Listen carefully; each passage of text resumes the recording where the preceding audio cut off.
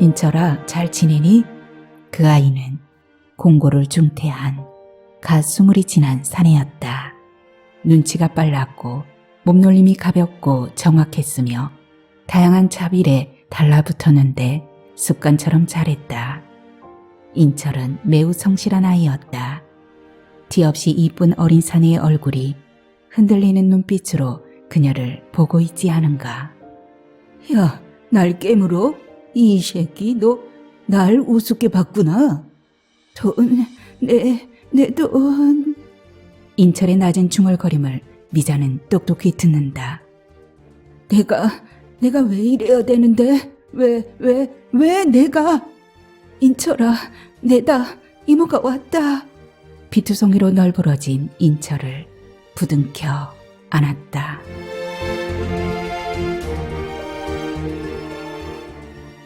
어서오세요. 하수담입니다. 오늘은 신종국 작가님의 인철이 준비했습니다. 작가님은 억압받고 인간다운 삶을 위협당하는 여러 층위의 소수자들의 관심이 많으신데요. 이 작품도 그 일환이라고 전하셨습니다. 신종국 작가님의 세 번째 가슴 아픈 이야기, 지금부터 들려드립니다. 끝까지 함께 해주세요.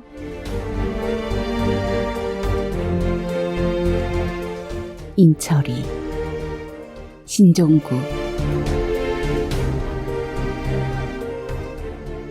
미자는 그 아이를 처음 봤을 때 기억이 세월이 꽤 흘렀음에도 마치 방금 지나간 장면처럼 너무 또렷해서 종종 소스라친다. 너무도 볼품없는 행색이 요즘도 저렇게 군기 넘치는 젊은 애가 있을까. 노숙자보다 못한 몰골의 인철이가 면접이랍시고 공장 내부에 들어섰을 때 미자는 꼼짝도 않고 그 아이의 움직임을 주시했다. 그 아이는 갑자기 바깥 초여름 대낮의 빛 폭포에서 어둠 안으로 들어온 탓인지 방향 감각을 잠시 잃은 듯 보였다. 누구세요? 무슨 일이세요? 하고 평소대로라면 충분히 그렇고 말고 아주 당당발랄하게 방문객에게 말을 걸었을 미자였는데 이상하게 그때 단 한마디 말도 그녀는 하지 않았다. 어린 청년 인철이가 사무실을 찾아 올라올 때까지 미자는 열린 2층 사무실 내부 창을 통해 공장 안으로 들어선 인철을 내려다보면서 좀 채 눈을 떼지 못했다. 어린 청년이라는 표현이 적절했다. 그는 토끼띠, 갓 20이 지난 사내였다. 공고를 중퇴한 정말 요즘 보기 드문 중졸의 최종 학력. 미자는 자신도 모르게 미간을 찌푸린다. 공장 사무실이라 해봤자 지붕이 제법 높은 단층 작업장 내부 끝에 다락방 같은 사무실을 복층으로 올린 구조다. 1층은 일하는 공원들의 갱의실 겸 휴게실, 2층은 내부 출입문 하나로 칸이 구획된 미자가 격리로 근무하는 사무실과 사장실로 나뉘어져 있다. 좋은 점은 공원들의 일거수 일투족이 2층 사무실 대형 창으로 훤히 내려다 보여 누가 게으름 부리고 누가 몇 분 간격으로 담배 피러 다니는지 등등 노동의 질을 감시하기는 좋았던 점이고, 단점은 기계음들이 요동치듯 비명 지르는 어마어마한 소음에 같이 노출되어 그 자욱한 색가루의 부유 속에 하루 낮 동안 함께 고락을 해야 한다는 점이다. 인철이가 더듬더듬 2층 계단을 타고 사무실로 들어왔다. 꾸벅 인사를 한다. 미자는 그가 면접을 보러 왔음을 직감한 터여서 재빠르게 입사 지원서 한 장을 필기구와 함께 테이블 위로 올려두고 기다린다. 면접을 받으러 오신 거예요? 미자가 그에게 의자를 턱으로 가리키며 앉으라는 말을 대신한다. 네, 면접 보려고요. 날씨 비슷한 저렴한 검정색 TV로 이 무더위에도 불구하고 긴 소매에 바랜 잿빛 잠바를 그는 걸치고 있다. 대개의 남자들이 그렇듯 하의는 더 존재감이 없는 색상과 패브릭 소재여서 흡사, 상체만 떠다니는 착각을 준다. 그의 노숙자 같은 행여의 옷차림에 신경이 쓰인 미자는 도대체 저 남루 안에는 누군가 봐주는 주변인이 아무도 없단 말인가 싶어 그녀로서는 좀 의외의 짜증이 솟구쳤다. 일단 앉아서 지원서 한번 작성해봐요.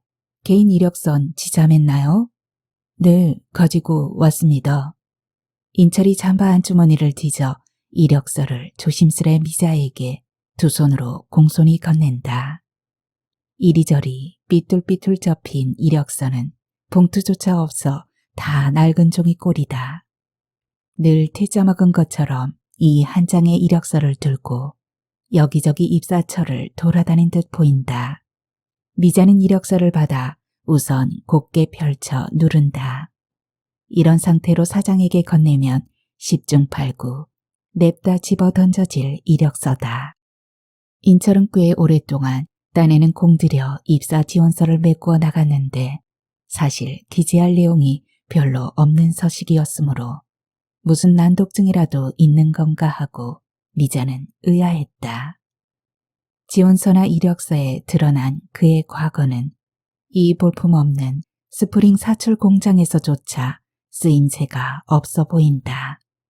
공고 기획과까지는 그렇다 쳐도 문제는 그 공고조차 중퇴라는 사실이었다. 그것도 고1 때였다. 사무적으로 보자면 인철의 최종 학력은 중졸이다. 이러다가 군에도 못 가는 것 아냐.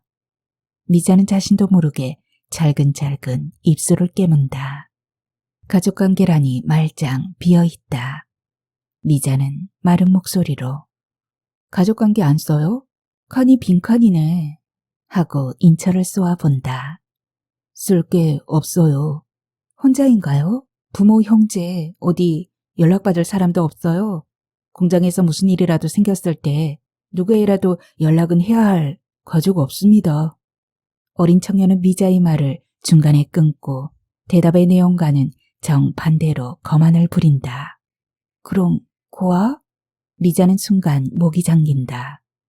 자신이 오버하는 것임을 그녀가 자각하지 못한 건 아니다. 오버하려고 했던가? 그건 전혀 아니다.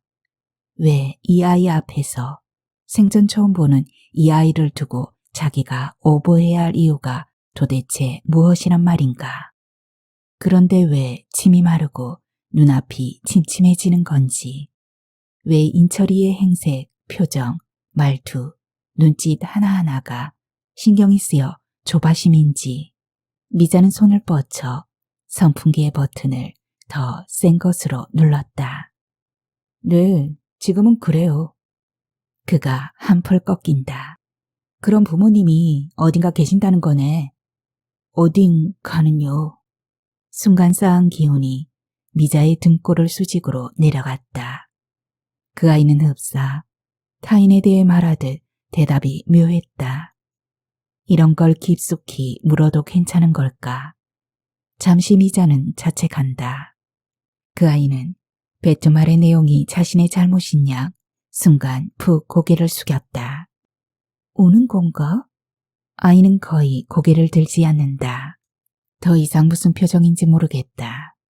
미자는 이 상황에서 벗어나고 싶었다. 내가 왜 중졸의 면접자에게 시간을 뺏겨야 하나 하는 옹골찬 다짐으로 그를 그냥 사장실로 보내 면접 절차를 마무리하고자 한다. 공고 1학년 자퇴? 무슨 이유가 있어요? 우리 사장이 물을 텐데. 인터폰으로 사장실 버튼을 누르면서 지나가듯 마지막 질문처럼 미자가 묻는다. 사고 친 거 없습니다. 그럼 왜 그만둔 거죠? 말하기 싫으면 안 해도 돼. 돈이 없어서, 더 다닐 수가 없어서요. 미자는 또 후회한다. 그냥 사장실로 밀어넣어 사장이 간단히 내치면 될 아이를 세워두고 왜 이런저런 쓸데없는 걸 물어 아이를 곤란하게 만드는 건지. 그녀는 인터폰으로 면접생이 왔다고 사장에게 전했다. 사장은 사장이라니 우습다. 미자는 봉수를 단 한 번도 사장이라 여긴 적이 없다. 봉수는 외사촌 동생인데 격리격인 미자 포함 직원 총 6명으로 꾸려가는 영세한 스프링 사철 공장의 공장장 겸 사장이다. 그 사장은 늘 사업 자금에 허덕이면서도 허세만 가득한 개망난이 자신보다 2살 아래인 이종사촌 남동생일 뿐이었다. 미자는 요 근래 하던 일마다 꼬여 밥벌이가 말리는 바람에 봉수 엄마인 큰이모 제안을 받아 1년 전부터 이 공장에 온 터였다. 격리로 사무정리가 주 업무였다. 미자와 봉수 둘은 피차 살아온 서로의 흑역사를 너무 속속들이 잘 알고 있어서 아무것도 모르는 남남보다 상호 적절한 간격 유지에 오히려 도움이 되었다. 미자로서는 자신의 능력이나 지적인 수준에 비해 이런 쇠가루 자욱한 간의 수공업적인 공장은 자신이 노는 물이 아니었다. 사장이라니 가당치도 않다. 고향에서 그가 어떻게 성장하고 살아왔는지 미자는 자신의 손금보다 훤히 꿰뚫고 있다. 그가 집적거린 수많은 여자들하고는 다르게 지금의 처와는 희한하게 동거기간 없이 바로 결혼해서 딸아이 하나 두었으니 이제 좀 사람이 되었구나 하고 친척들은 제법 괜찮게들 보는 듯하다. 그런데 그런 판단은 친인척 간에 자주 안 만나고 자주 만나기엔 대부분 멀리 떨어져 살 경우라야 가능한 판단이다. 비교적 큰이모네랑 한 동네에서 가까이 살았던 미자로서는 봉수이꼴 인간말종이라는 견고한 등식을 지금도 유지했다. 그건 논리적으로도 바른 이치다. 그래도 직장인 만큼 미자는 출근해서 퇴근할 때까지는 남들 눈도 있고 해서 그를 꼬박꼬박 사장님이라고 불러준다. 그 정도는 직장 생활상 최소한의 룰임을 그녀도 알고 있다.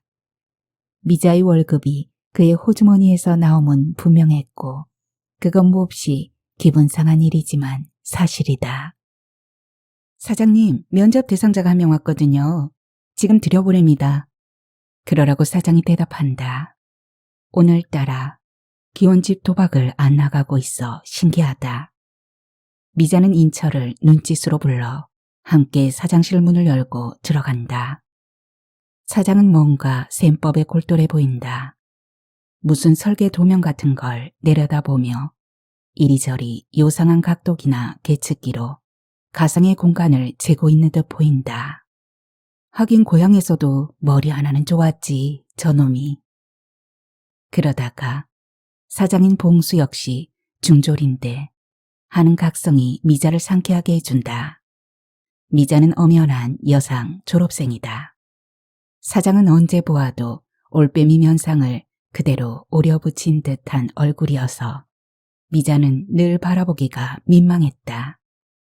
언젠가 사장의 어린 딸을 올케가 공장으로 데려온 적이 있었는데 아비처럼 똑같은 눈매여서 그 아이가 몹시 가엾기까지 했다. 그 아이는 죄가 없지 않은가. 미자는 아무 말도 하지 않고 이력서와 지원서를 사장 책상 위로 밀어주고 그냥 그 방을 나간다. 면접생 인철은 우두커니 서서 어쩔 줄 모른다. 시선을 사라지는 미자 쪽을 해바라게 한다.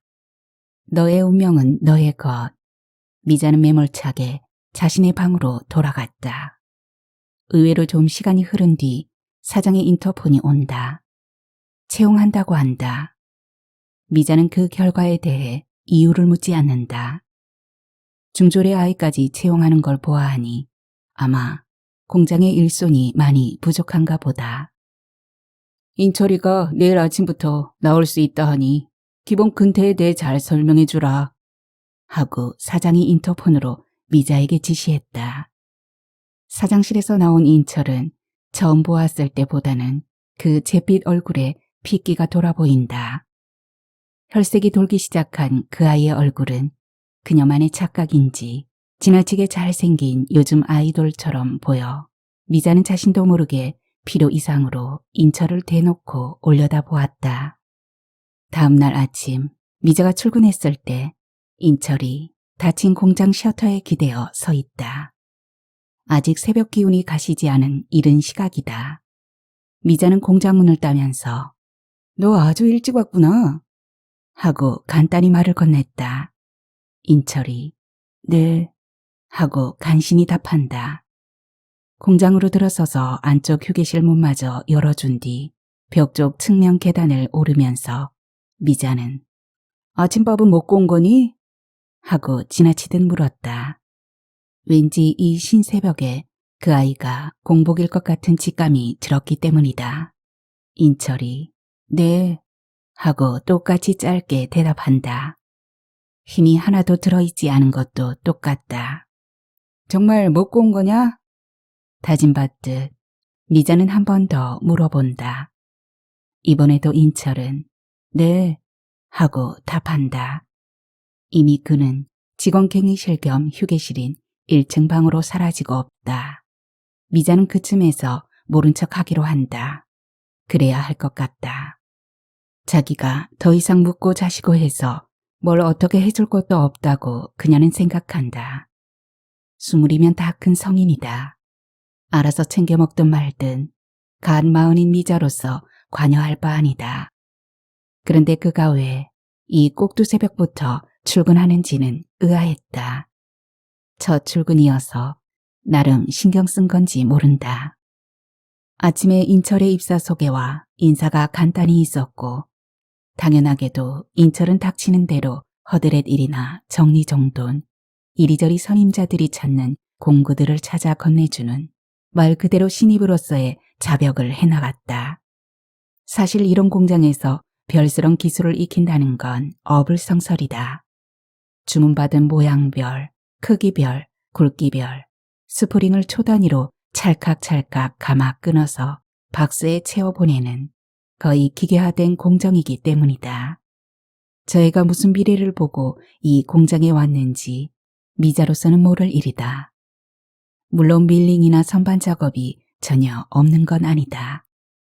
가끔 사장은 일본으로부터 비정상 루트로 입수한 새 스프링 기계 도면을 펼쳐놓고 얼렁뚱땅 스프링 짝퉁 기계를 자급자족 만들곤 했다. 어디선가 헐값에 야매로 입수한 도면임에 틀림없는데 그건 미자 눈에도 얼치기 산업 스파이들이 이 허접한 공장에 나름 이속을 챙기려 드나드는 게 보였으니 맞는 판단이다. 그런데 그렇게 만든 기계가 놀랍게도 늘 제대로 작동했다. 그러고 보면 중졸에 불과한 사장이 머리가 비상한 건 맞는 듯 했다. 가정 형편상 중학교만 나왔지 집에 돈만 있었음 서울대 공대라도 갈 머리라고 큰 이모는 늘 한탄했다. 그 이모 덕에 자기가 이 공장 격리로 기어든 형편이고 보니 사장이 야매로 뭘 만들어 팔든 미자로서는 할 말이 별로 없다. 인철도 같은 중졸이라 그런지 꽤 머리가 좋아 보였다. 고졸이면 팔푼이가 되고 대졸이면 거의 백수가 되든가. 암튼 그 아이는 눈치가 빨랐고 몸놀림이 가볍고 정확했으며 심지어 쉬는 시간에도 공장 바닥을 조용조용 비질해서 쇳가루를 모으거나 기계 덮개에 쌓인 녹대를 나름 사포질까지 아무도 시키지 않았는데 습관처럼 잘했다. 그래서 같이 일하는 선임자들도 좀 놀라는 눈치였다. 체질처럼 한시도 그는 가만히 있질 않았다. 그냥 있으면 이상스레 불안한 듯 다양한 자빌에 달라붙었는데 그게 너무 자연스러워서 그냥 내버려 두는 수밖에 없었다. 그렇다고 뭐 월급이 더 오를 일도 없는데 말이다. 정도 이상으로 부지런했고 이런저런 지시에 신속 정확하게 반응했다. 일주일쯤 지난 점심 무렵 공장에 나타난 사장이 미자에게 한마디 했다. 저 애 내가 왜 채용했게? 모르겠는데 왜 채용했어? 생각해보니 궁금한 이유라서 미자는 귀를 세운다. 페이도 묻지 않더군. 그래서 내가 최저 시급밖에 못 준다고 했는데 좋다고 하더만. 시내 편의점 편돌이가 받는 최저 시급 말이야. 야근도 좋다 하니 뭐 안 쓸 이유가 없지. 고학력과 고기술이 필요한 것도 아니고 지만 좋다면 계속 돌릴 수 있겠더만. 그의 고아 아닌가? 그럼 군에도 안 가겠네. 그랬구나. 미자는 아 하고 입을 벌리려다가 반대로 꼭 다무는 쪽을 택한다. 봉수 저놈은 역시 난 놈이다. 헐값으로 인처를 부려먹으려 두는구나. 그래도 그렇지. 이런 공장도 일의 강도가 만만찮은데 식당에서 그런 날에는 알바생 시급 정도로 저 애를 부려먹다니. 근로계약서 작성해 줘야 할 것 같은데요. 4대 보험도. 미자는 사장의 옆구리를 찔러본다. 역시 예상대로 불에 데인 듯이 그가 반응한다. 저 애가 요구하지 않으면 왜 쓰는데? 누난 제발 긁어부스럼 만들지 마 좀. 요즘 저런 애들이 수틀리면 노동고용처에 잘도 고발하고 그러던데 4대 보험은 해줘야 하는 건 아닌가요? 저놈은 안 그럴 놈이야. 척 보면 알아. 중졸인 주제에 뭘 알고 날뛰겠니? 일하다 다치면 그때 일이고 뭐 다칠 거라도 있어? 우리처럼 노동 강도가 낮은 영세 공장은 그냥 심시부리 땅콩이지. 하는 일 없잖아. 게다가 중졸이라서 어디 다른 데 취직이라도 되겠어? 좀 두고 보다가. 사장은 마치 준비된 연설처럼 쫙쫙 찰도 말을 뱉고는 횡하니 제 방으로 사라진다. 미자는 인철이가 왜 그토록 쉽게 채용될 수 있었는지 사장의 관점에서 보니 금방 유해가 되었다. 역시 매사엔 각자의 관점이 중요하다 보다. 미자 자신의 관점에서는 그 누구보다 면접에서 바로 탈락될 이는 바로 인철이었으니. 공장이 잘 운영되지 않은 건 아니었다. 미자가 나름 격리를 보다 보니 제법 매출도 올랐고 향후 주문처의 발주도 몇 달 뒤의 상황까지 나건하게 해줄 정도였다. 문제는 사장이 화투나 노름바닥에 너무 빠져 사는 점이다. 이는 옳게도 모르고 있다. 그런데 미자는 알고 있다. 폭폭 곳간에서 큰 대박으로 미곡을 퍼 담아내듯 판도 마련차 회사 공금이 사적으로 쏙쏙 빠져나가고 있다. 미자는 사장의 돈 인출 지시에 한 번도 저항하지 않았다. 사장의 지시를 격리는 따를 뿐이다. 그런데 퍼나간 돈은 돌아오는 법이 거의 없었다. 어찌 도박에서 매번 잃기만 할까마는 딴 돈은 투자에 쓰일 공적 자금으로 되돌아와야 함에 불구하고 돌아오는 돈이 없었다. 그런 유실금은 손비 처리로 단골 계약된 세무사 쪽에서 깔끔하게 매달 정리해준다. 인건비까지 상계하면 겨우 현상유지 정도의 재무 상태가 월말경 늘 정답으로 나온다. 아니 일정 부분의 상당한 부채가 전생의 악연처럼 따라붙어 나온다. 미자나 올케는 똑같은 월급쟁이 처지다. 그나마 미자는 고정급이지만 올케는 대중 없이 남편인 사장이 쥐어주는 생활비가 늘었다 줄었다 변화무쌍했다. 가끔 올케가 공장 사무실로 전화를 걸어왔다. 공장 사정이 정말 안 좋은 건지 어떤 건지 하면서 우는 소리로 묻곤 했다. 미자는 올케야, 이번 달엔 특히 더 그러네. 어쩌네 하면서 사장의 관점에서 답해주곤 했다. 아침마다 공장에 가장 먼저 나타나 문을 따는 건 미자의 중요한 일이었다. 사장은 미자가 가장 먼저 출근하고 가장 나중에 퇴근하도록 엄명을 주었는데 그 이유는 공원들이 쇠붙이나 공구를 훔쳐갈 수도 있기 때문이라 했다. 심지어 그는 모든 공원들이 지갑 외에는 가방을 들고 오지 못하게 했다. 그 속에 비싼 공구를 훔쳐갈 수도 있다고 미자에게 감시를 늘 당부했다. 그런데 이제는 임철이가 출근 순위 1등이다. 왜 이렇게 일찍 오냐고 다그치듯 물어도 그는 네 혹은 그냥 일찍 일어나서요 할 뿐 미자의 궁금증을 속시원히 풀어주지 않았다. 한 번은 너네 집은 어디니? 이력서 주소는 부산이던데. 지금은 주민등록을 이고 거제 고현으로 옮겨왔을 거 아니니? 하자 인철은 예의 낮고 힘없기는 매한가지인 어조로 네 하고 대화를 더 이상 이어가려 하지 않았다. 미자가 관찰한 바로는 인철은 매우 성실한 아이였다.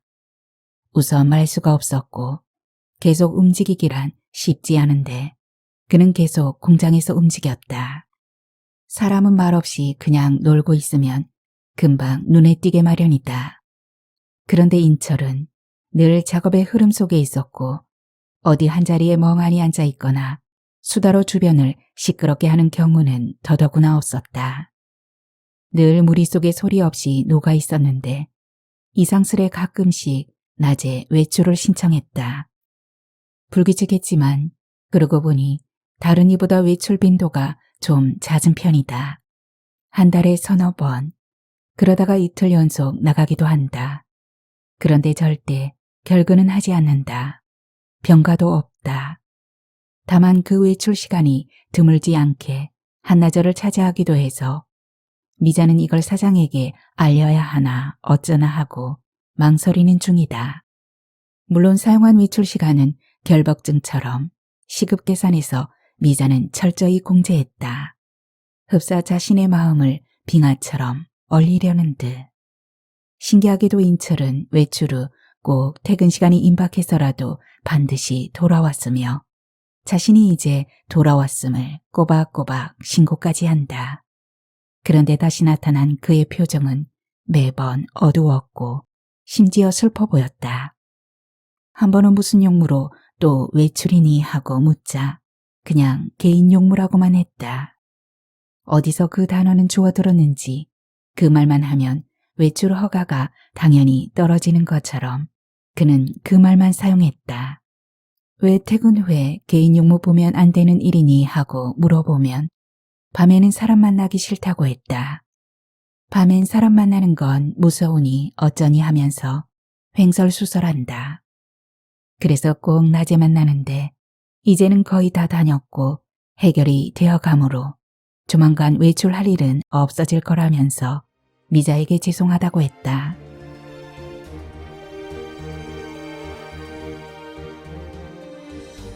인철이 근무한 지 서너 달가량 지났을 무렵이었을까 그랬다.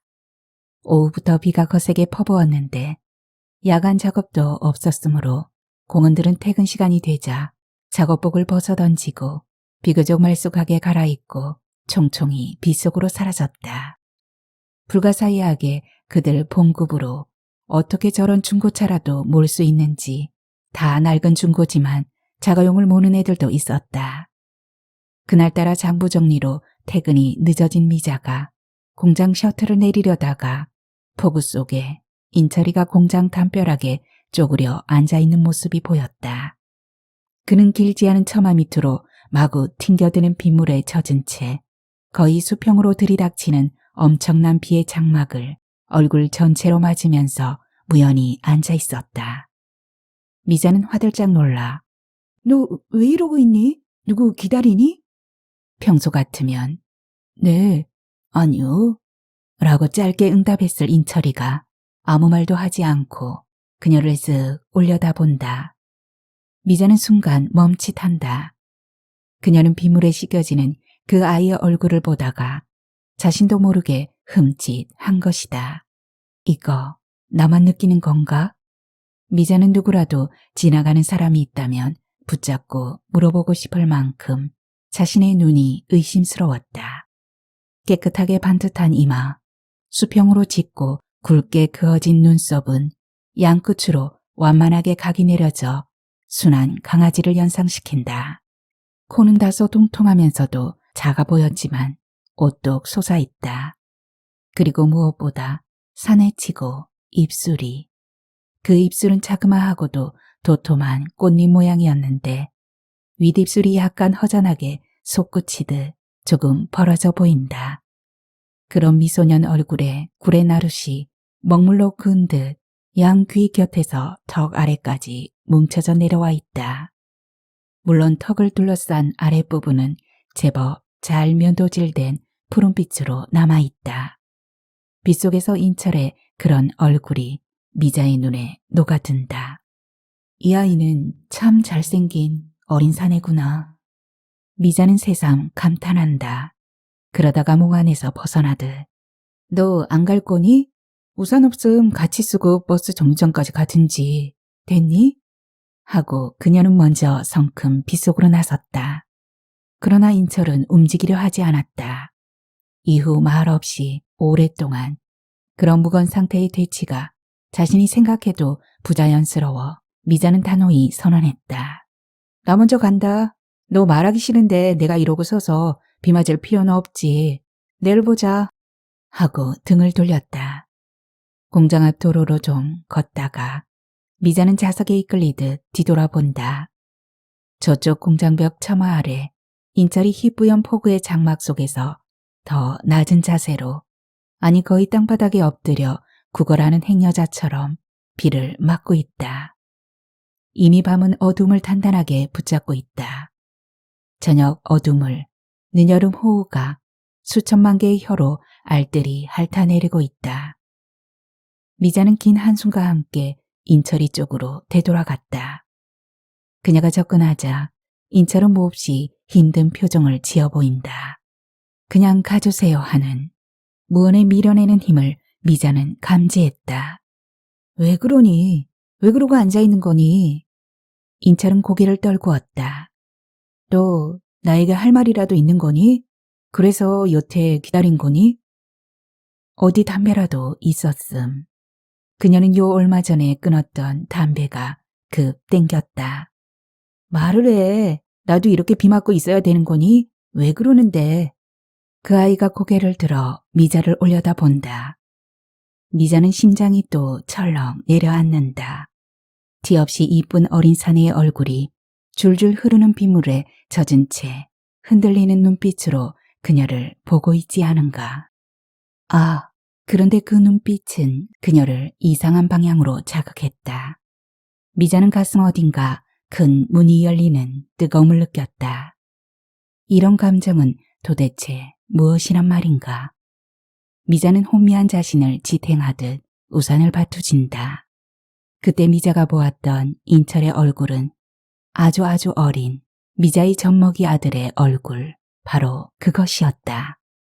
미자는 그 찰나를 부정하듯 서둘러 퍼뜩 정신 차린다. 이 빗속에 퇴근도 못하고 이러고 있다니. 미자는 벌어 스스로 화를 돋우었다. 뭐야, 말을 해. 왜 이러니? 미안해요. 그냥 여기서 좀 잘 수 없나요? 여기? 여기 어디? 공장요. 공장에서요. 왜? 그냥 오늘 밤만이라도 좀 자게 해주세요. 너 집이 없지? 그런 거냐? 인철은 더 이상 말을 하지 않는다. 입을 다물어 버렸는데 윗입술만은 계속 뭔가 말을 이어가려는 듯 봉긋봉긋한다.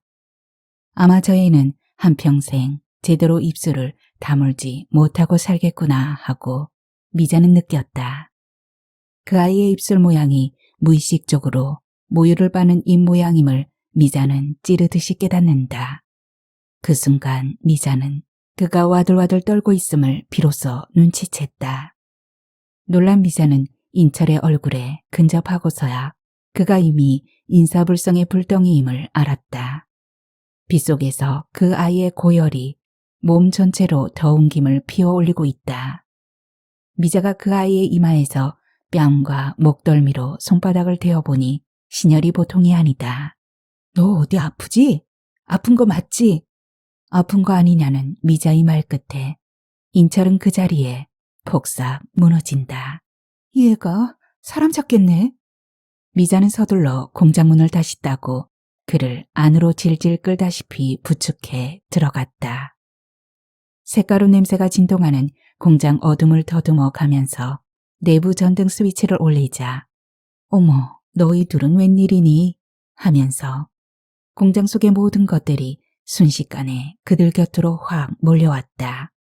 천지사방 수천 개의 눈망울들이 궁금해 죽겠다는 듯 웅성댄다.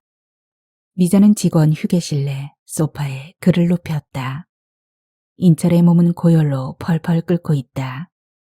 미자는 우선 인철의 젖은 여름 잠바를 힘겹게 벗긴 후 수건으로 얼굴이며 이마, 목덜미께의 물기를 서둘러 훔쳐낸다.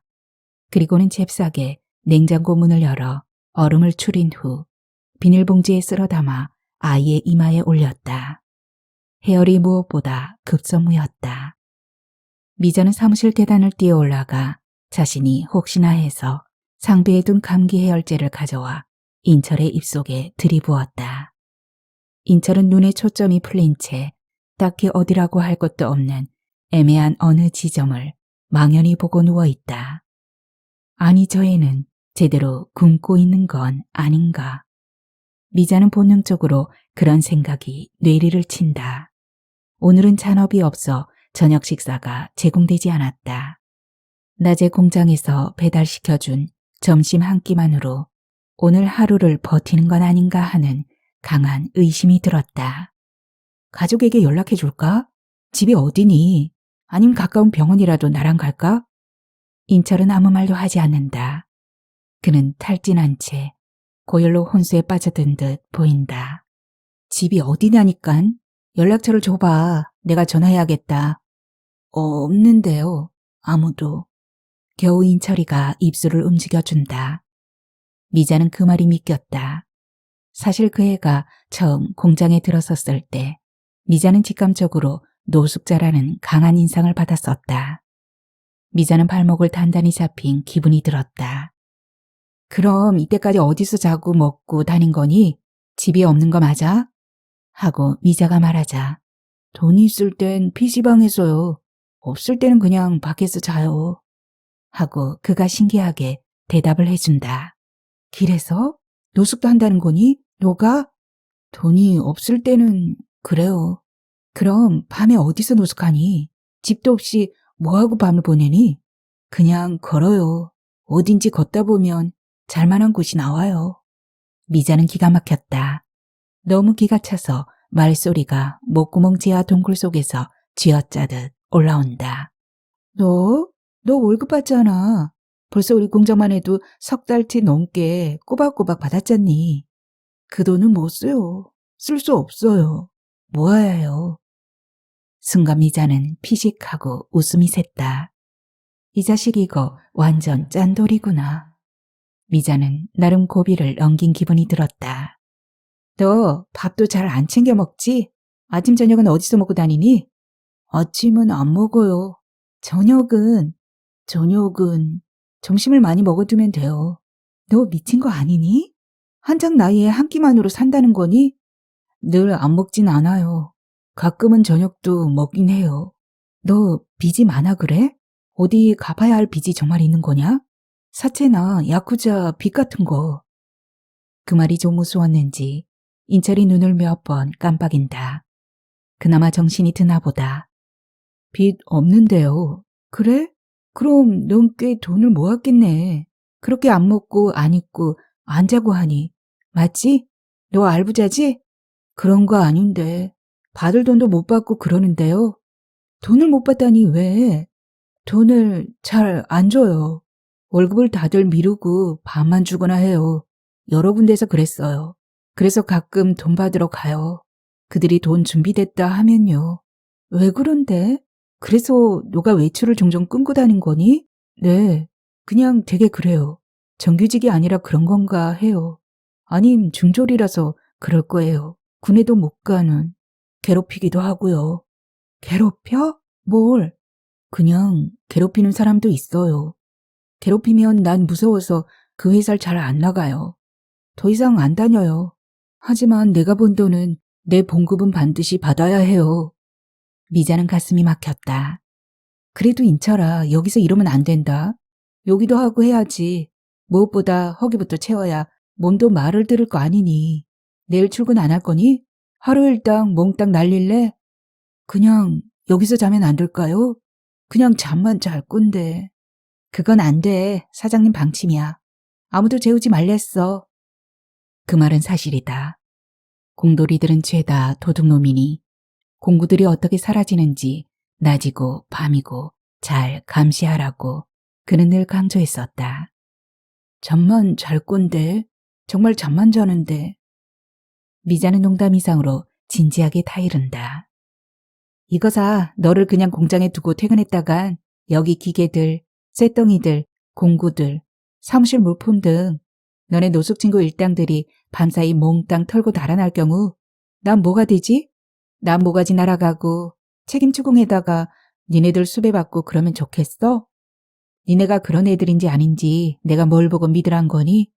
이 말 무슨 뜻인지 모르겠니? 너 이 공장 다닌 지 몇 달도 안 됐잖아. 그거 참 이해하기 어렵다는 듯 그녀를 말끄러미 올려다본다. 난 안 그래요. 그냥 오늘 밤만 자게 해주시면 안 돼요? 미자는 인철의 이마를 살짝 누르듯 열을 재본다. 아까보다 체열은 조금 잡혔으나 여전히 뜨거웠다. 그런 와중에도 깃불이 발갛게 물든 인철을 내려다보자니 미자는 속이 울렁댈 만큼 그가 앙증맞아 보인다. 다 큰 아기구나.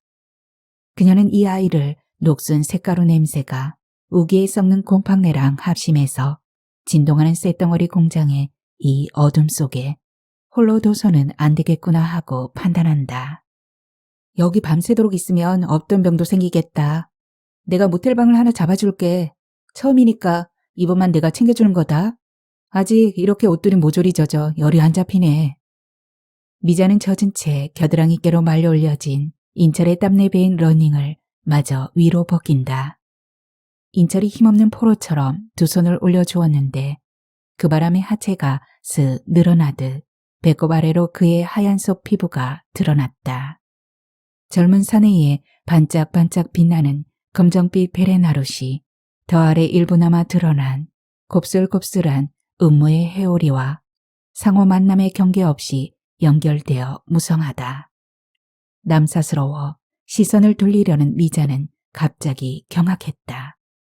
배꼽보다 성기에 가까운 쪽으로 인철의 아랫배엔 뭔가 밀가루 반죽을 제멋대로 떼어 지디긴 듯한 살점 몇 개가 흉하게 덕지덕지 붙어 있다. 너무 놀라 헉소리와 함께 미자는 자신도 모르게 인철의 바지 앞단으로 손이 갔고 꼭 그래야만 하는 것처럼 앞단을 조금 잡아 내렸다. 순간 인철이가 미자의 손을 엄청난 힘으로 획 뿌리치면서 용수철처럼 소파에서 벌떡 일어났다. 아니 일어났다가 제풀에 힘이 소진되어 다시 그 자리에 쓰러진다. 미자는 무안했다. 미안. 배 쪽에 이상한 게 보여서. 다급한 인철이 감추듯 등을 보이고 모로 누워버린다. 미자는 벽에 걸린 누군가의 공원 추리닝 상의를 집어내려 그의 몸을 덮어주었다. 그를 힘겹게 부축하여 공장 앞 도로에서 지나가는 택시를 세워 조선소 끝자락 방파제 광장에 있는 모텔로 가자고 택시기사에게 미자가 말했다. 비는 여전히 사납게 내리고 있다. 이르는 넘어 보이는 운전수는 안 그래도 주름투성이의 이마살을 더 찌푸러뜨린다. 원치 않는 말세를 마주친 표정이다. 40대의 여자가 어린 사내를 부축해서 초저녁부터 모텔에 가자고 했으니 그럴 만도 하리라. 그 노인의 못마땅해 하는 반응을 미자는 침묵으로 뭉갠다.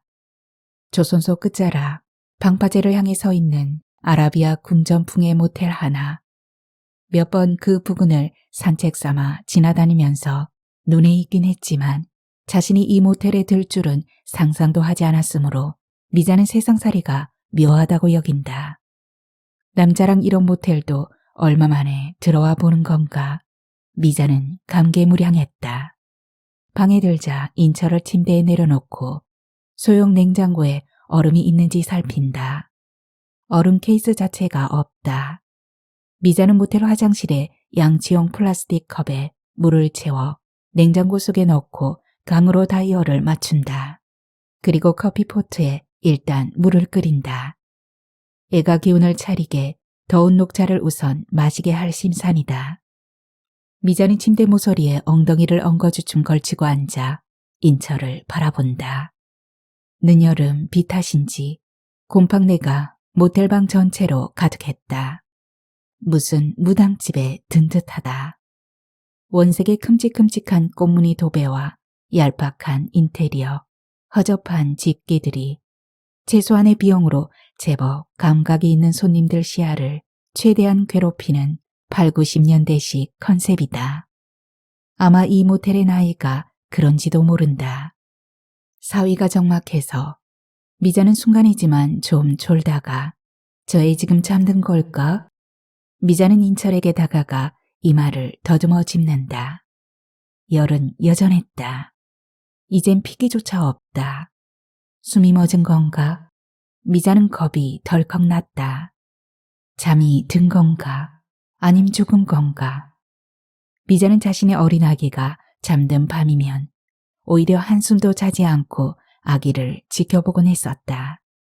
미자의 아기는 강보에 쌓인 작은 인형처럼 미동도 않고 두 눈을 꼭 감고 있었다. 너무나 고요한 숨결이었으므로 그녀는 수시로 손을 뻗어 아기의 손을 만졌고 인중에 손을 대어 아기의 호흡을 살피곤 했다. 아기는 소심한 숨소리나마 내쉬면서 아직 죽을 생각은 없다는 듯 둥글게 오므린 5손가락으로 맞닿은 미자의 손을 희미하게 더듬는다. 그 아이도 지금 이 세상 어디선가 인철과 같은 20살 나이가 되었을 터인데 토끼띠 어린 청년으로 이 세상 어딘가에 여고를 졸업하던 그해 여름 미혼모로 아기를 낳아 5달 만에 입양시켜 생이별한 아들을 애써 뇌리에서 지우듯 미자는 자신의 머리 전체를 세차게 좌우로 도리질 친다. 인철아, 여기 가운 갈아입어. 바지도 젖은 그대로네. 그 애가 눈을 뜬다. 여기가 어딘가 하는. 그러다가 여기가 어디든 아무 뜻 없다는 듯 그냥 멍 때린 시선 끝에 스르르 눈을 감는다. 욕조로 가. 미지근한 물에 몸을 담그면 좀은 나을 거다. 더운 국밥 배달해 둘게. 미자가 그를 일으켜 세우려 하자 인철이 몸에 힘을 꽉 주어 돌처럼 무겁게 만든다. 미자의 손길을 거부하는 그 동작과 결심이 너무 단호했으므로 미자는 머쓱했다. 샤워하겠어요. 제가 그냥 하면 돼요. 침대에서 비틀비틀 몸을 일으켜 세운 인철이 눈앞에 근접한 미자를 경계하듯 나름 안전거리를 유지하면서 옷을 입은 채 욕실로 뒷걸음질한다. 미자는 그의 소심함에 웃음이 터질 뻔했다. 그러나 웃음은 나오질 않는다. 이건 뭔지 몰라도 슬픈 상황임을 미자는 알고 있다. 곧 샤워 물줄기 소리가 타일 바닥을 파내듯 사납게 들린다. 나는 지금 뭘 하고 있는 건가? 미자는 자신이 좀 어처구니가 없다. 퇴근 때까지만 해도 1시간 뒤에 이런 상황. 부둣가 모텔 베드의 한 모서리에 엉덩이를 불편하게 걸친 채 갓 수물이 지난 어린 사내의 샤워 물소리를 듣고 있을 거라고 상상이라도 했는가. 그럼 미자는 깜빡 졸다가 화들짝 놀라 퉁기듯 몸을 날려 욕실 문을 박차고 들어갔다. 도대체 얼마나 오랜 시간이 지난 것일까. 졸다가 그녀는 왠지 억만겁의 시간이 흐른 듯해서 번쩍 정신이 들었는데 욕실에서 인철이가 나오지 않고 있다. 뛰어들어가 보니 욕실 바닥에 팬티 차림의 인철은 쓰러져 있었고 차가운 샤워물이 그의 얼굴 위로 사정없이 들이붓고 있다. 어찌하여 이 아이는 이 지경일까? 그보다 나라는 여자는 왜 이 와중에 졸기까지 했단 말인지 고열보다 익사로 더 빨리 어찌 될 것 같다. 미자는 몹시 놀랐지만 결과야 어쨌든 그 아이를 위해 자기가 할 일이 생겨 오히려 활기 있게 사태에 임한다. 그녀는 먼저 수전의 방향을 급히 반대 방향으로 돌려 냉수 폭포를 온수로 획 바꾼다. 그러고는 인철을 바르게 눕혀 수전의 온도를 적절히 따뜻하게 올려 인철의 차가운 몸 골고루 적셔준다. 그 바람에 미자의 옷도 젖고 만다.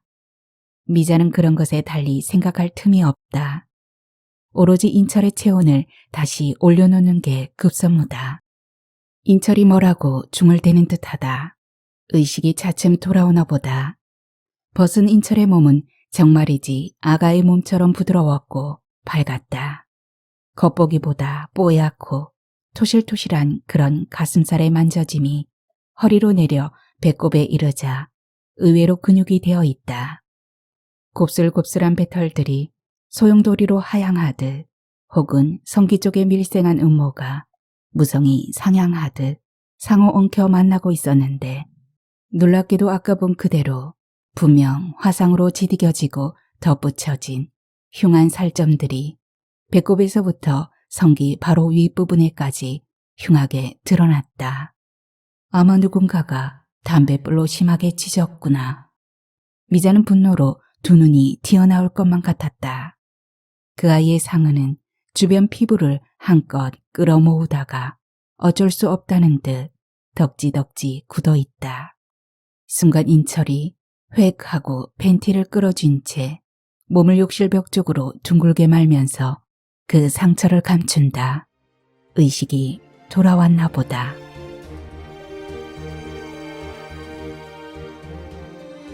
그런 화상 흔적은 미자의 왼쪽 손등에도 있다. 그 개새끼는 술에 취했음에도 엄청난 완력으로 밤 하굣길 여고 3년생이던 미자를 덮쳐 주먹으로 명치를 가격하고는 학교 뒤편 마늘밭으로 질질 끌고 갔다. 숨이 넘어가면서도 격한 반항으로 미자가 아랫도리를 열지 않자 남자는 아주 여유롭게 담배를 피워물고는 그녀의 왼쪽 손등을 천천히 찢었다. 그날따라 늦게까지 학교에 남아 자습했던 여름밤이었다. 조급하게 일을 끝낸 남자가 사라지고 아랫도리가 열린 채 마늘밭에 혼자 널브러져 올려다 보이던 청청한 별들을 미자는 지금도 기억한다. 읍내 버스터미널 배차 직원으로 차부마당에 늘 보이던 40대 사내였다. 미자의 첫 남자. 그날 이후 그 인간은 읍내에서 종적을 감추었다. 거짓말처럼 단 한 번도 볼 수 없었다. 임신 사실을 그녀는 거의 반년이 지나서야 깨달았다. 그냥 스트레스로 생리가 몇 달 중단된 줄 알았다. 아이가 뱃속에서 자라자 차부의 그 사내는 달아났지만 자신에게 평생 망령처럼 그 인간이 붙어버렸음을 미자는 알았다. 아이는 남은 달을 채우고 미자 몸 밖으로 나왔다. 사내 아이였다. 미자는 피덩이의 아비가 누군지 목에 칼이 들어와도 침묵했다. 그녀는 태어난 아이를 5달 뒤 입양 보냈다. 자기가 키우면 언젠가는 스스로 이 아이를 죽일지도 몰랐기 때문이었는데 이런저런 이유를 떠나 궁핍한 살림에서도 체면을 목숨보다 중시하는 집안 공기 때문에 10대인 그녀는 도저히 젖먹이를 키울 재간이 없었다. 그건 무서운 현실이었다. 미자는 인철을 부축하여 겨우 침대로 눕혔다. 굵은 섬유직조에 나름 괜찮은 모텔 가운으로 그 아이의 몸을 감싸준다. 인철이 이불을 더듬어 당겨 자신의 몸을 숨긴다. 그러고는 두 눈을 꼭 감고 죽은 듯이 가만히 있다. 나름 어깨 전체로 가쁘게 숨을 쉬는 걸로 보아 죽은 건 아니다. 순간 미자는 이 아이가 거의 굶어서 탈진했음을 재각성한다. 너 지금 굶어서 이런 거지? 매일 점심 한 끼만 먹고 그래서 지금 쓰러진 거고. 인철은 대답하지 않는다. 영양실조, 악성빈혈 등의 단어들이 미자 뇌리에 자막처럼 지나간다. 미자는 생각보다 이 밤이 길어질 것 같아 좀 조바심이 났다.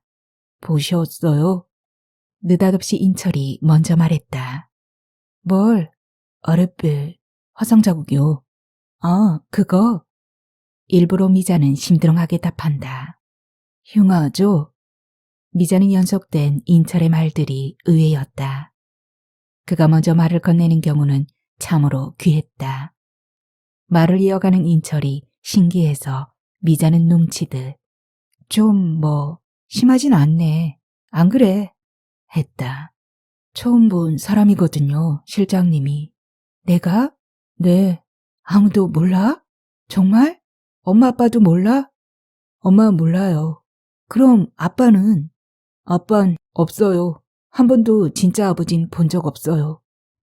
말로 형용기 어려운 그 어떤 것이 그녀의 시력을 대번에 흐리고 좁게 만들었다.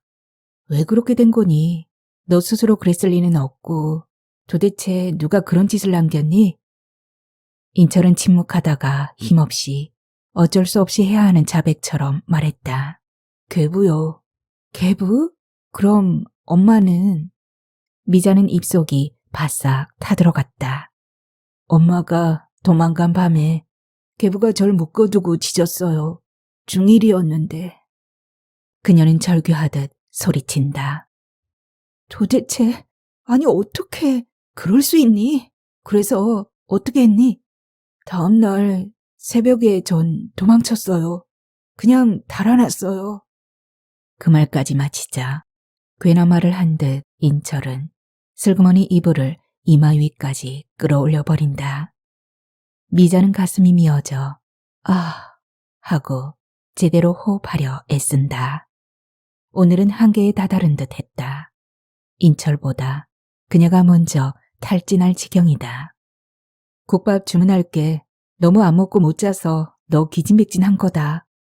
저 혼자 그냥 좀 쉬다가 갈게요. 그렇게 해주세요. 이불 속에 몸을 숨긴 인철이 그렇게 애원한다. 미자는 그 이불을 획 걷어내면서 그래, 나도 그만 가고 싶다. 근데 너 밥 먹는 거 보고 갈래. 밥 배달 시킬 테니까 반드시 먹어야 돼. 그러면 간다. 내가 간다고. 인철은 아무 말도 하지 않았다. 미자는 성큼이 일어나 모텔 콘솔 위 코팅된 밥집 찌라시를 낚아챈 후 전화를 걸면서 소리친다. 뭐 먹을래? 뭘 먹고 기운 차릴래? 하다가 신호가 바로 연결되자 뭐가 가장 빨리 배달되는지 묻고는 아무거나 빨리 배달되는 국밥 종류 2개를 그녀는 주문했다. 놀랍게도 배달밥은 모텔 프론토 복도에서 조리한 듯 금방 도착했다. 꼭 2그릇 다 먹도록 해. 안 먹고 내버려두면 내 돈 아깝다. 난 갈게. 내일 출근 안 하면 일당 까이는 거 알지? 여기서 푹 자고 바로 출근해. 밤에 제발 정처 없이 떠돌지나 말고. 미자는 더 이상 그 방에 있어서는 안 될 것 같았다. 그녀는 자신의 가방을 챙겨 들고 방을 나왔다. 모텔을 나와 밤 방파제 광장에서 한참 동안 인철이가 든 방이 어딘가 하고 우산 속에서 올려다보다가 밤 파도가 갑자기 방파제 키를 넘어 덮치는 바람에 그녀는 기겁하고 그 자리를 떴다. 다음날 인철은 평상시처럼 일찍 출근했다. 미자를 보고 예의 무표정하게 목례만 했는데 안색은 한결 나아 보인다. 저 애는 머리 스타일만 손보면 꽤 괜찮은 녀석이 될 텐데. 미자는 자신도 모르게 인철의 무질서하게 무성한 머리카락 속으로 자신의 10손가락을 집어넣어 이리저리 머리카락을 스타일링해주는 환시를 본다. 미자는 그날 하루 내내 인철의 상태를 예의주시했다.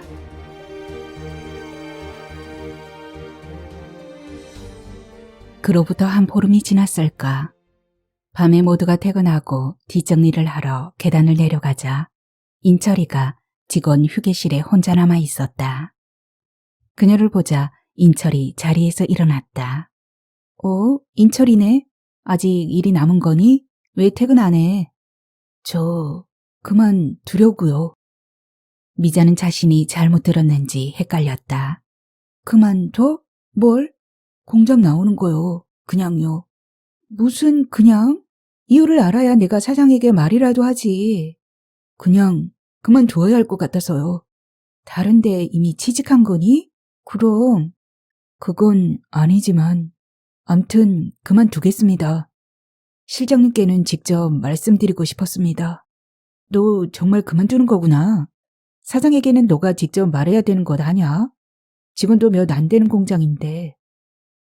미자는 언젠가는 이런 날이 오리라 짐작 못한 건 아니었는데 생각보다 빨라서 가슴이 멍했다. 사장은 안 만날 거예요. 정말 그러고 싶니? 사장은 한 번 나간 사람은 절대 안 받아주는 사람인데 괜찮아? 상관없어요.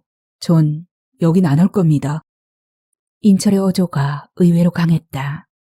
조금 더 있으면 봉급날이다. 그때까지 다녀라. 돈 계산 편하게. 봉급은 실장님이 주시는 거 맞죠? 사장이 주는 건 아니잖아요. 화법이 묘했다. 미자는 이 아이의 돌출 행동이 이해가 되지 않는다. 봉급은 사장 결제를 받아서 내가 입금해 주는 거지만 사장 돈이지 내 돈 아니다. 암튼 꼭 좀 받게 해주세요. 인철이 애원하듯 미자를 바라본다. 그거 말하려고 날 기다린 거니? 봉급 떼일까봐? 인철은 그 질문엔 대답하지 않는다. 무언가 골똘히 생각에 빠졌는지 머리통이 방바닥 쪽으로 축 처진다. 가겠습니다, 이모. 그간 고마웠습니다. 이모라고 했다. 미자는 맥없이 눈물이 핑 돌았다. 미자는 나가려는 인철의 어깨를 자신도 모르게 우악스레 잡아당겼다. 내가 왜 너 이모니? 왜 그렇게 부르는데? 그 말은 결국 울음으로 터져나온다. 붙잡힌 인철이 몹시 당혹해한다. 죄송해요. 그냥 이모 같아서요. 너 이모라도 있는 거니? 코맹맹이 소리로 미자가 겨우 띄엄띄엄 말하자 이모가 계셨으면 비슷할 것 같아서요. 그런데 무슨 이모 타령이니? 이모도 없는데. 미자는 목이 메었다. 가기 전에 한 가지만 물어보자. 인철이 너 엄마는 가끔 만나고 있는 거니? 아니요. 엄마는 사라진 뒤로 못 만났어요. 저도 그 다음날 도망쳤으니 어떻게 연락할 방법도 없고요. 그 계부는 알고 있을지 모르잖니. 그 말에 인철은 몹시 표정이 어두워진다. 두 어깨가 솟구치다가 깊은 한숨 끝에 도로 한없이 낮아졌다. 무서워서 못 가요. 계부 그 사람에게는. 게다가 지금은 어디 사는지도 몰라요. 그럼 친아버지는 있을 거 아니니. 저가 돌진하고 병으로 죽었다고 엄마가 그랬어요. 인철이 몹시 피곤해한다. 그는 미자의 손에 잡힌 어깨를 슬쩍 돌려 머리 숙여 인사한 뒤 공장 밖 어둠 속으로 사라졌다. 말 그대로 인철은 다음 날부터 공장에 나오지 않았다. 오후에 사장이 늦은 출근을 했는데 미자가 인철이 그만두었다고 전해주자 그는 상상 이상으로 격노해서 그녀는 매우 놀랐다. 자격도 능력도 안 되는 놈을 받아줬는데 자신에게 직접 말 한마디 없이 나갔을 뿐 아니라 후임이라도 구한 뒤 내보내야 하는 거 아니냐면서 미자에게 화를 퍼부었다. 그런 인정머리 없는 놈은 제대로 된 사회생활을 위해서라도 버릇을 고쳐줘야 된다면서 절대 남은 봉급은 한 푼도 지불해서는 안 된다고 사장은 길길이 날뛰었다. 정도 이상으로 날뛰는 사장을 미자는 멍하니 올려다본다. 아니, 그 애가 일한 만큼의 봉급은 당연히 줘야죠, 사장님. 미자는 사장님이라는 호칭 대신 봉수야 하고 부를 뻔했다. 미자가 이종 사촌 누나니 굳이 못 부를 호칭도 아니었지만 직장에서의 룰이나 공원들의 눈 때문에 미자는 항상 손아래 이종 사촌 동생 봉수를 사장님, 사장님하고 깍듯이 대했다. 그런데 그런 어법이 무너질 듯해서 미자는 자신도 곧 이 공장을 그만둬야 할 때가 오고 있는 건 아닌가 하는 촉이 왔다. 중간에 제멋대로 나가는 놈은 남은 돈 안 줘도 돼. 임시직에게 무슨 계산을 칼같이 해줘. 미자는 더 이상 말을 나누어서는 안 될 것 같은 생각이 엄습했다. 대화를 수습하듯 그녀는 봉급 날에 인철이의 보름치도 같이 결제 올릴게요. 순간 비웃음 비슷한 것이 사장의 얼굴에 스친다. 누난 왜 그놈에게 잘해주려는데? 그 애가 누나 아들이라도 돼? 어릴 때 입양 보낸 그 아이라도 되는 거야? 하고 예상치 못한 비수를 미자 가슴에 푹 찔러 넣는다. 미자가 아 하고 소리 없는 비명으로 입만 활짝 벌렸다. 무슨 말이라도 해야 하는데 입만 벌어질 뿐 아무 말도 나오지 않는다. 그 벌어진 입 속으로 독액을 주입하듯 사장은 절대 땡전 한 푼 줘선 안 돼. 절대로. 하고 쏘아붙이고는 쾅쾅대며 사무실을 빠져나갔다. 며칠 뒤 인철이가 사무실로 전화를 걸어왔다. 그냥 용건만 묻는다는 투에 그렇다고 무례하거나 건방진 어투는 아니었는데 인사를 할 것도 생략하고 인철인데요. 제 돈 언제 주나요? 하는 단도직입적인 중고딩 수준의 하법이어서 미자는 좀 서운했다. 하다못해 이모하고 부르면 누가 잡아가나. 그러나 이것저것 떠나 인철이의 아기 같은 음성이 너무 반갑다. 인철이구나. 사장에게 잘 말해두었으니 봉급날까지는 기다려야지. 며칠 뒤면 봉급날인데 그때 내가 먼저 연락해줄게. 밥은 잘 챙겨 먹고 직장은 구한 거니? 미자는 그 애가 너무 보고 싶었다. 말소리를 직접 들으니 더 그랬다. 구하는 중이에요. 밥은 먹고 있어요. 잠은? 아니, 집은 구한 거니? 괜찮아요. 아직 겨울도 아니고. 너 돈 있잖아. 왜 안 쓰고 안 먹는 건데? 몸이 견뎌야 저축이고 나발이고 할 거 아니니? 미자가 소리를 지른다. 무슨 애가 돈독이 올라도 단단히 올랐구나. 미자는 화도 치밀었지만 마음 같아서는 전화선을 잡아당겨서라도 그 자식을 눈앞에 당장 끌어오고 싶었다. 잘 땐 있어요. 그만 끊을게요. 전화가 끊어졌다. 미자는 폭삭하고 그 자리에 주저앉았다. 비 오던 밤 그의 젖은 몸을 타올로 닦아주던 그 기억이 사무치게 아련하여 눈물이 주르륵 볼을 타고 흘렀다. 인철이. 그런데 입양 보낸 내 아들은 이름이라도 제대로 있는 걸까? 어쩌면 이미 죽었을지도 모를 일이다. 아니면 이억만리 외국에라도 떠나간 건지. 미자는 이미 아가의 얼굴이 기억나지 않는다. 사진 하나 남기지 않았었다. 너무 몸소리 쳐진 임신과 출산이었다. 그래서 어딘가에서 어떻게 살아가더라도 자신과 아이는 서로 얼굴조차 기억 못할 것이다.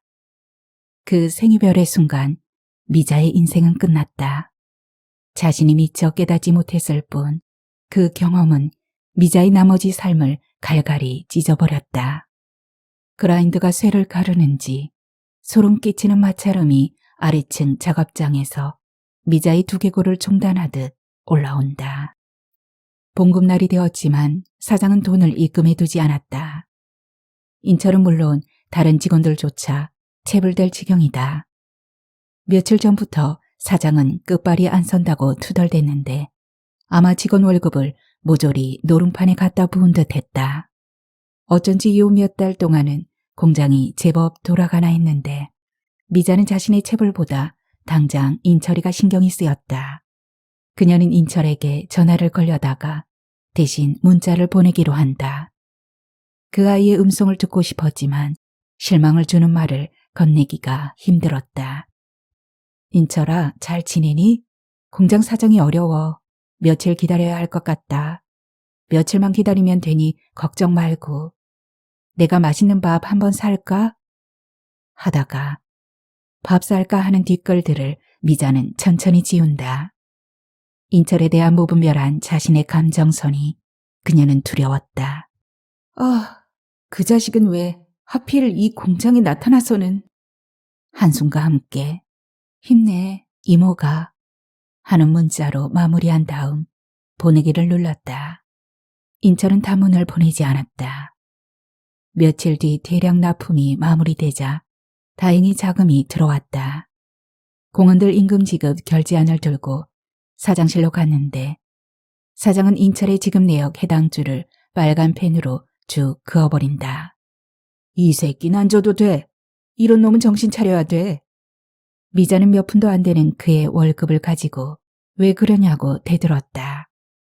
사장은 미자의 항의 따윈 개무시하면서 집간 놈이 어디까지 버티는지 사회생활을 우습게 알면 큰 코 다치지 하고 결제안을 미자 쪽으로 획 집어던졌다. 내 돈을 대신 인철이에게 보낼게. 난 다음 달에 받으면 돼. 그러자 사장은 미자를 잡아먹을 듯 째려본다. 이 대낮에 올빼미를 만나고 있구나. 정말이지 사장의 얼굴은 올빼미랑 닮아도 너무 닮았다. 그가 입을 연다. 올빼미 얼굴을 한 인간이. 그런 자식들에게 누나가 돈을 주겠다고? 참 답답도 하네. 어떻게 살려고? 그래서 여태 방 한 칸 없이 이리저리 고시원 같은 월세방을 전전하는 거 아냐. 작은 이모 고생 끝나려면 한참 걸리겠네. 40이 된 외동딸이 남자도 없이 아직도 저 모양이니.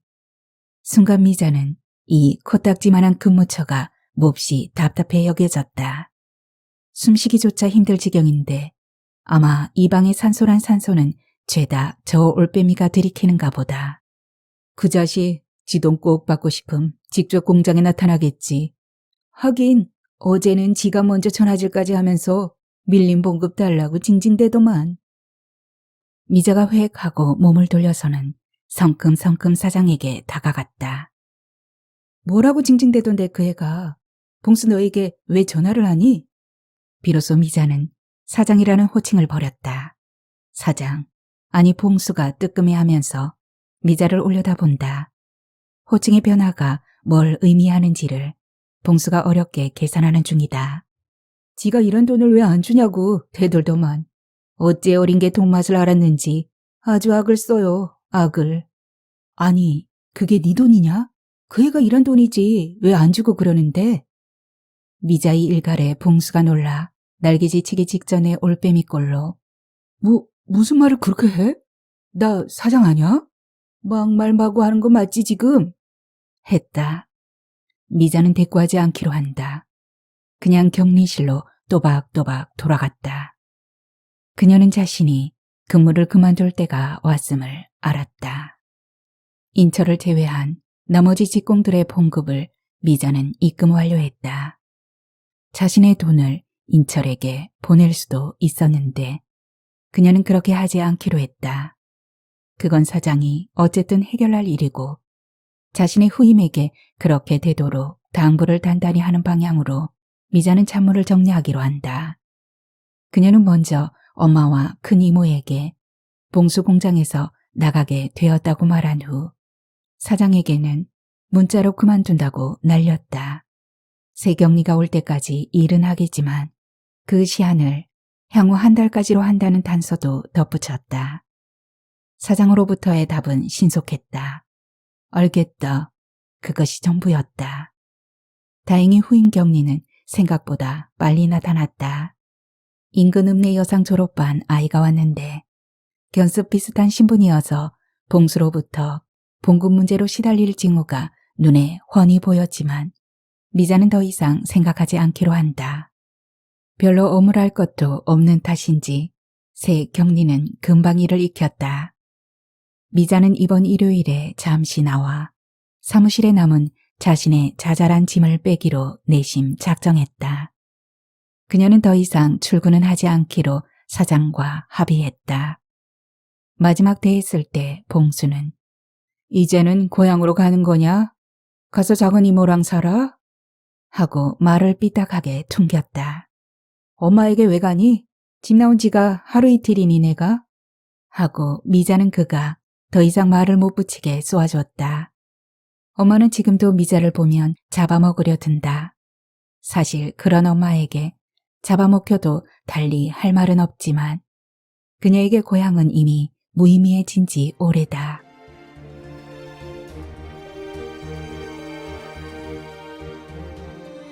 며칠 뒤 미자는 인철에게 너 이제는 봉급 받았니 하고 전화를 걸고 싶었지만 그게 좀 우스운 꼴이라서 관두기로 한다. 명색이 그 아이의 봉급을 챙겨 입금해줘야 할 전임 격리로서 그런 걸 자신이 되물어 본다는 게 다소 쪽팔리는 일이 아닐 수 없었다. 인철의 카톡방은 그 아이의 핸드폰 번호와 김인철이라는 성명만 표시되어 있을 뿐 그 흔한 본인 사진 하나 없다. 단지 배경화면으로 알프스 산록의 초원지대에 참 이쁘게 세워진 전원주택 사진이 한 장 있을 뿐이다. 사람은 전혀 보이지 않았는데 너무 평화롭고 적막하여 미자에게는 몹시 아프게 보였다. 미자는 그 화면이나마 가끔씩 클릭해서 바라보곤 했다. 새로운 생활의 격언이나 다짐의 글, 혹은 친구들이랑 어디 놀러 다닌 사진이라도 있을까 하고 아니면 기적처럼 그 전원주택 발코니에 인철이가 나와서 활짝 웃으면서 두 손을 자신에게 흔들어 주기라도 하는 것처럼. 일요일 오후 아무도 없는 공휴일이어서 미자는 사무실에 남은 짐을 마저 꾸려오기 위해 공장으로 갔다. 공장문을 여분의 열쇠로 돌리던 미자는 문이 잠겨 있지 않아 의아해했다. 새 격리가 어젯밤 퇴근 때 잠그지 않고 가버렸나 하고 미자는 공장 안으로 들어섰다. 그런데 누군가 이미 문을 따고 들어와 있는 듯 1층 맨 안쪽 직원 휴게실에 불이 켜져 있다. 토요일엔 일을 가끔 하기도 하지만 일요일까지 나와 일할 정도는 아니었는데 미자는 불빛 쪽으로 다가갔다. 미자가 채 다다르기 전에 예의 사장 봉수의 무지막지한 고함 소리가 그녀를 얼어붙게 했다. 물어봐 이 새끼야, 입으로 말이야. 창문에 어른거리는 어른의 상체는 사장이면 분명했는데 누구를 향해 그렇게 큰 소리를 지르는지 미자는 알 수 없었다. 너 못 받은 봉급 받고 싶지? 그럼 입에 넣어. 네가 멋대로 나가서 공장 손해가 얼만지 알아? 창가에 이르러서도 미자는 도대체 저게 무슨 장면인지 이해하지 못했다. 헐렁한 여름티 하나 걸친 그대로 하의를 몽땅 무릎 아래까지 내린 사장이 흉물스레 끄덕이는 그의 검붉고 딱딱한 성기를 인철의 얼굴에 마구 들이미는 중이다. 의외로 사장의 큰 엉덩이 탓에 잘 보이진 않았으나 뒷목덜미를 사정없이 쥐어잡힌 인철은 사장의 하반신에 그 조그만 얼굴이 처박힌 꼴이다. 이미 몇 차례 얻어 터진 듯 코아래가 피범벅이다. 봉수는 분노인지 아님 나름의 성적 흥분 탓인지 숨을 헐떡이면서 연신 소리를 지른다. 안 해? 못해? 왜 내가... 인철은 봉수의 성기를 피해 이리저리 얼굴을 돌리며 저항하고 있다. 힘겹게 말할 때마다 붉은 피가 인철의 이빨 사이로 침과 함께 부글부글 튀었다. 새끼야, 너 같은 건 당해야 돼. 이 부장한 새끼가. 일도 안 하고 밀린 봉급 받으러 왔으니 내가 시키는 대로 하라고, 응? 내 돈 달라고. 내 돈. 너 달아나려 했지? 내가 널 좀 건드린 값이고 말씨. 쌩까고 공장 그만두시겠다. 근데 밀린 봉급은 받으시겠다. 오늘은 내 돈 준다고 오라 했잖아. 돈 줘요, 내 돈. 미자는 자신의 두 눈이 의심스러웠다. 순간 아이가 봉수의 팔을 세차게 깨물었나 보다. 아! 하는 외마디 비명과 함께 봉수가 몸을 획 빼면서 인철을 벽으로 콱 밀쳤다. 벽에 힘껏 부딪힌 인철이 그 힘의 반발처럼 상체를 획 세워 되달려 든다. 미자는 아이의 눈빛이 새파랗게 변한 것을 보았다. 내가 왜 이래야 되는데? 왜 내가? 아이의 숨가쁜 말이 채 마무리되기 전에 봉수 주먹이 인철의 얼굴을 가격하는 바람에 아이의 얼굴이 맥없이 방향을 달리한다. 야, 날 깨물어? 이 새끼, 너 날 우습게 봤구나. 놀랍게도 사장의 손에 이미 쇠뭉치 비슷한 공구가 쥐어져 있었는데 그의 세찬 가격이 다시 시작되자 아이 오른쪽 눈 주변이 대번에 피범벅이 된다. 그 와중에서도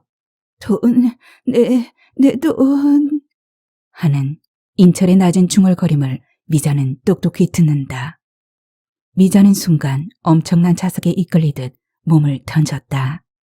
그녀는 생각보다 자신의 몸이 몹시 빠르게 움직여주는구나 하는 그런 기분의 연장선에서 직원 휴게실 벽, 선반에 쭉 나열된 일자형의 금속 공구 중 하나를 그녀는 손 닿는 대로 낚고챘고 조금도 주저치 않고 상의가 쓸려 올라가 맨살이 드러난 봉수 옆구리에 실하게 쑤셔 넣었다. 순간 너무 놀란 봉수가 비현실적인 얼굴로 미자를 매우 느리게 뒤돌아본다. 그는 숨쉬기조차 힘든 듯 얼굴이 백지로 변했다. 미자가 손을 놓으니 봉수 살 속 깊이 박힌 공구 끝 손잡이가 파르르 떤다. 십자 드라이브는 아닌 듯하다. 아마 끝이 새의 부리처럼 날카롭게 휘어진 라쳇 렌치인가 보다. 봉수가 하고 입을 벌린 채 몸을 벽 쪽으로 스르르 눕힌다. 미자는 퍼뜩 정신이 들어 인철아, 내다, 이모가 왔다 소리치며 피투성이로 널브러진 인철을 부둥켜 안았다.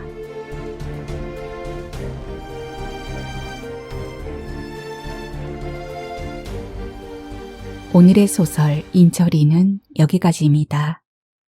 인철이에게 그 어떤 위로나 응원의 말보다 그냥 한번 손을 잡아주고 싶군요.